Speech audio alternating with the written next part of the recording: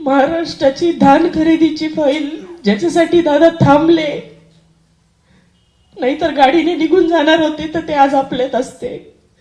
त्यानंतर डिकले साहेबांनी एक फाईल पुढे केली.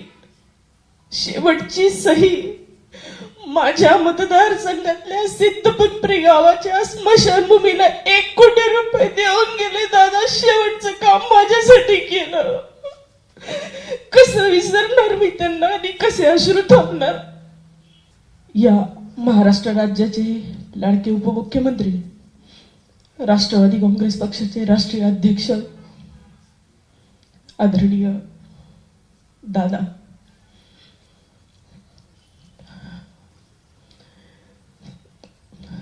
ते आपल्यातून गेले असं सुद्धा उच्चारायला प्रचंड त्रास होतो. कारण गेले 4 दिवस झाले स्वतःला समजवते आहे की आता तुझे दादा नाही, परंतु मन काही मानत नाही. इकडून आवाज देतील, इकडून फोन येईल. मुंबईला बोलवले तर आज ओढ लागली आहे की आज तरी दिसतील, आज तरी भेटतील. दादांविषयी काय बोलू, माझ्याकडे शब्द अपुरे आहेत. माझ्यासारख्या LIC जॉब करणाऱ्या नगरसेवक जरी होते तरी नगरसेवकाचा कार्यकाळ माझा 2 वर्षांचा. मला उचलून तिकीट दिलं. माझ्यासारखं सर्वसामान्य मुलीला आमदार बनवलं, एकदा नव्हे तर 2दा. विकास कन्या पिंपरीला सांगितलं होतं, जायंट किलर कसली जायंट किलर, ती आपली कन्या आहे, विकासाला वाहिलेली आहे. आणि विकास कन्या माझा विकासाचा महामेरू हरपला. मला प्रचंड दुःख आहे. मी 1990 ला मी 8-9 वर्षांची होते, मला आठवत नाही. माझे वडील गेले. एक चित्र डोळ्यासमोर आजही आहे की वडिलांचा मृतदेह पडलेला आहे आणि आई रडती, त्याला विलगून एवढंच आठवतं. आणि आम्ही आईला बघून रडायचो. समजत नव्हतं की बाप वारलाय किंवा बाप देवघरी गेलाय. पण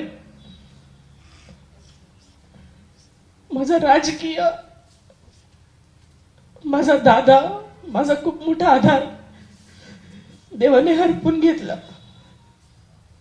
माझं उर्वरित आयुष्य त्यांना दिलं असतं आणि मला नेलं असतं तरी मला दुःख नसतं. कारण माझ्या महाराष्ट्रातल्या शेतकऱ्यांचा नेता, माझ्या महाराष्ट्रातल्या शेतकऱ्यांचा वाली आज राहिलेला नाही. ग्रामीण भागाची जाण ज्यांना होती असं नेतृत्व,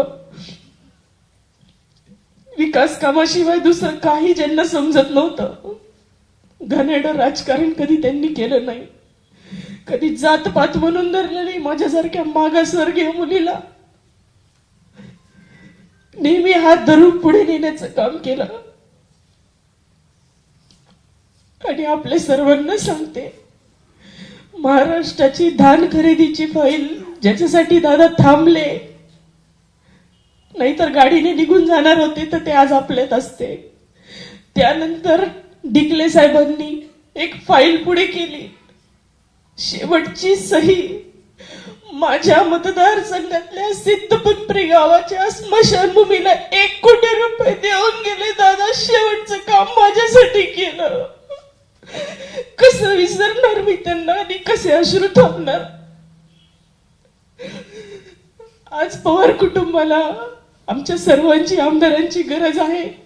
आणि आपल्या सर्वांची परवानगी घेऊन मुंबईला जाते आहे. काय घडामोडी घडता आहे काही समजत नाहीये, परंतु बोलवणं आलेलं आहे, पक्षाचा आदेश आहे, जायचं आहे.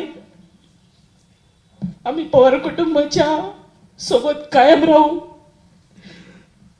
आपण सर्वही त्यांच्या सोबत राहाल अशी अपेक्षा आहे.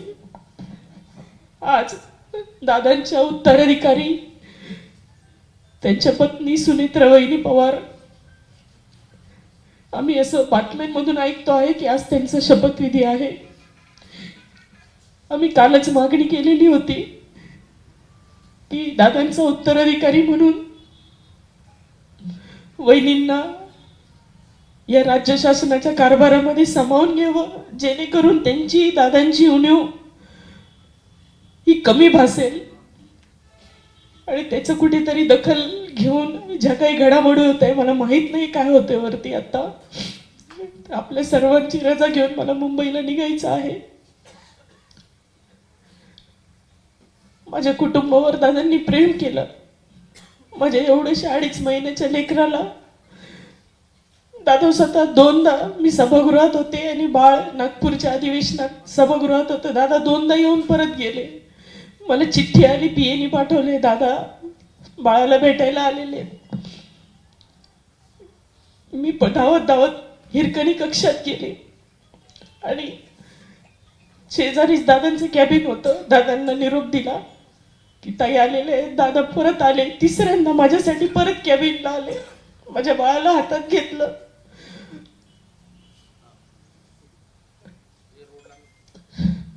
मला काय म्हणशील, मामा म्हणशील का दादा म्हणशील, हे दादांचे शब्द होते प्रशंसकला.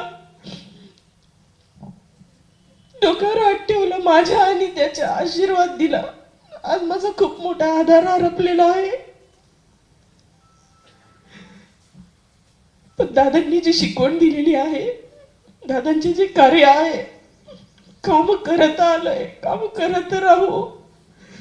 काम तर होणार आहे, आयुष्य थांबत नसतं.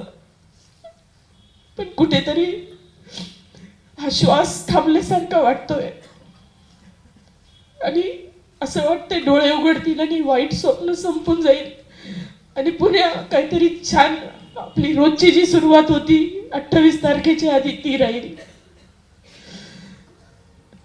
देवा खरंच कुठे असशील तू तर तो दिवस आम्हाला दे. हे सगळं आमचा भ्रम आहे, आमच्या मनाचे खेळ आहेत, वाईट स्वप्न आहे. हे सगळं कृपया आम्हाला झोपेतून उठव आणि हे सगळं मिटव आणि आमचे दादा आम्हाला परत दे. हेच वाटतं आहे. इतका पुण्यवान माणूस, गोरगरिबांचे काम करणारा माणूस, त्याला हे पुण्य आडवं येऊ नये. ही कसली कर्मकथा आहे. किती बोलू आणि काय बोलू समजत नाही.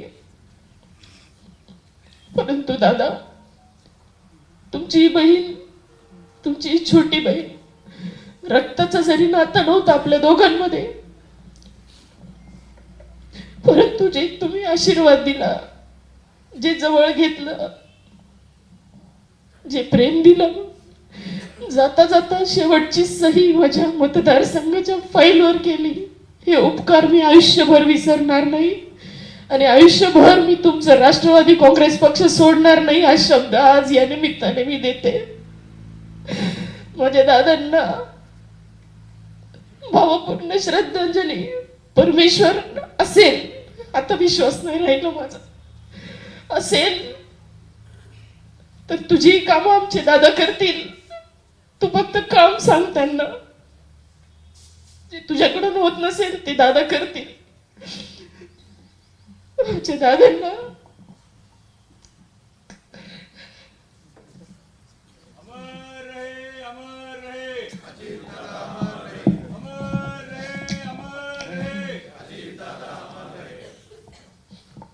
जो आवडतो सर्वांना तोची आवडे देवा. क्षेत्रामध्ये काम केले आहे मंत्री महोदय असताना. जलसंपदा, पाणी पुरवठा, लाभक्षेत्र. एबीपी माझा, उघडा डोळे बघा नीट.